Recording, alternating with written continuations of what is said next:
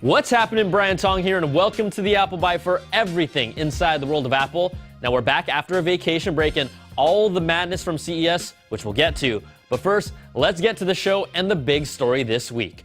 Apple will refund at least $32.5 million to customers in a settlement with the Federal Trade Commission over in-app purchases. Now, the refund is specific to purchases made by kids without parental consent, like the horror story in 2011 about an 8-year-old girl that racked up a $1,400 bill buying Smurf berries in the Smurfs Village app. Now, I would argue that you can't put a price on Smurf berries. Now, the FTC agreement will also make Apple change its billing methods to make sure it receives very clear, express-informed consent from users before an app charges them. Now, originally, entering a password to approve an initial in-app purchase would allow a 15-minute window of time to make additional purchases, and in this case, 15 minutes could save you $1,400. The FTC said Apple had received tens of thousands of complaints of unauthorized purchases, like the little girl who spent $2,600 on Tap Pet Hotel. Seriously, who wouldn't want to spend that much on this app? Or $500 on Tiny Zoo Friends? Oh, it's so cute. Totally worth it. And maybe I should complain that my child spent over $200 playing the Injustice Gods Among Us mobile game just to unlock a limited Superman prison costume that I can only play on the console version. Now, obviously, I think Apple should close that window of time for additional purchases, and they've already been refunding them made without parents' permission since last year, but let's be honest, maybe some parents shouldn't give their iTunes passcode to their kids. And if you've ever spent more than $200 on in-app purchases on any app, I'm giving you a bad apple. Unless it's for a Superman prison costume.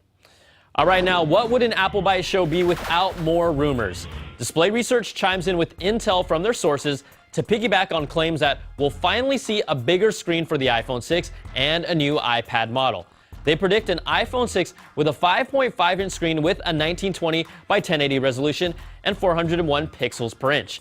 Now, they're also jumping on the iPad Pro bandwagon, claiming we can expect to see a 12.9-inch iPad with a 2732 by 2048 resolution and a 265 pixels per inch. While other reports continue to claim a 12.9-inch Retina iPad is in production and may launch in 2014. They are also supporting rumors claiming that the iWatch might ship in two sizes, 1.3 inches for women and 1.6 inches for men, with both sporting a 320 by 320 resolution and flexible AMOLED screens. And one more rumor story for the iPhone 6, a report from Digitimes says Apple's fingerprint sensor supplier, TSMC, is preparing to begin production on sensors for the iPhone 6 in the second quarter of 2014.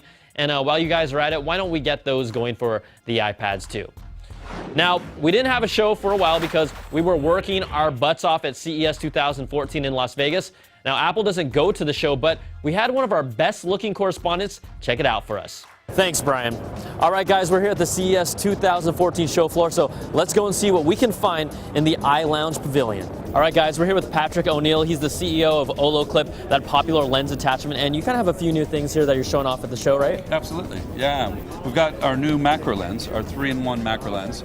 So this is a more advanced macro lens than we've had before. So we've got 3 lens elements on each side, which gives you a more clear picture, and you just drop it on. The hoods set the focus, diffuse the light, and collect and diffuse it. So you can see it's just so easy. Where before with the macro lens, you had to sort of go in and out to get the focus, which you still do on 3-dimensional objects, but it's much easier with this lens. And on the flat objects, it's just super easy.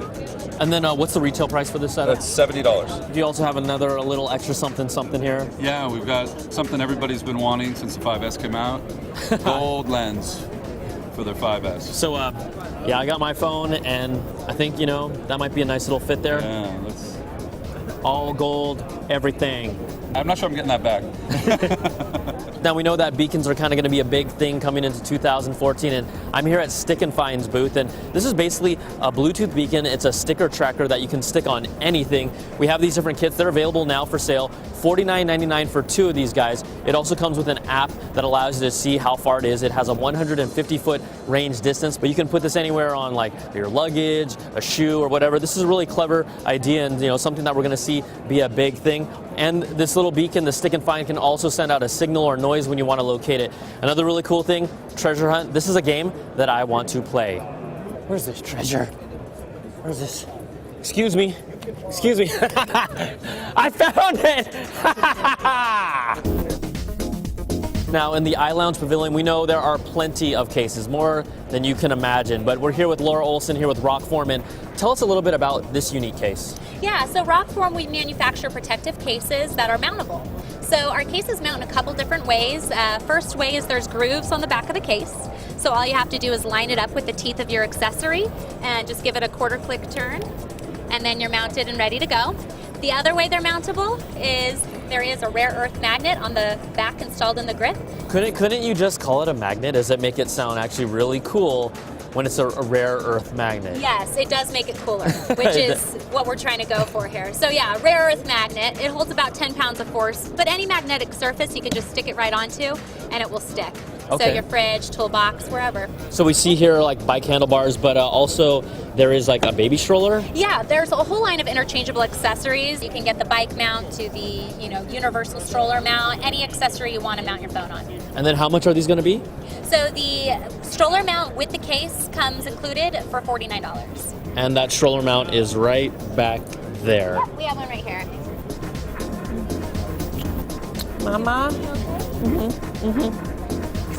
Mama. Trust me, guys, having a nanny, it makes it a lot easier to get around.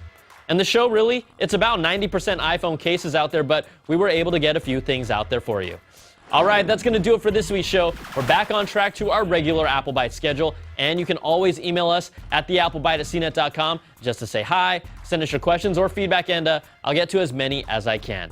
I'm Brian Tong. Thanks for watching. We'll catch you guys next week for another bite of the apple.